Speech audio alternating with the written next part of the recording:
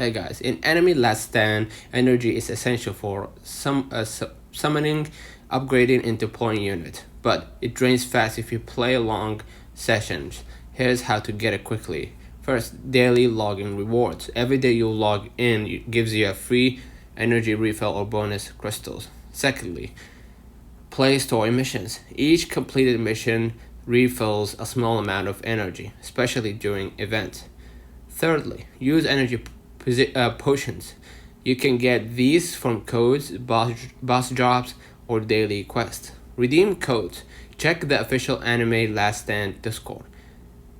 Codes like Energy Boost 2025 or Update Fix often grant plus 100 energy.